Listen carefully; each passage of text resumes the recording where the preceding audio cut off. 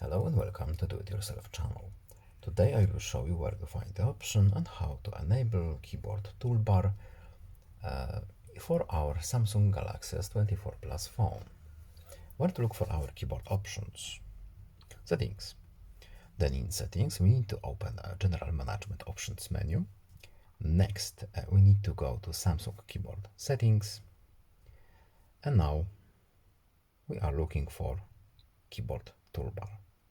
Here it is.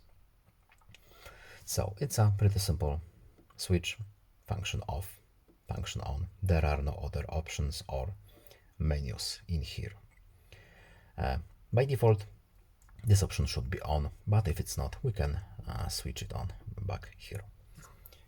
And that's all. I hope this video is helpful to you. Please leave a like and subscribe. Have a nice day and see you in the next video. Goodbye.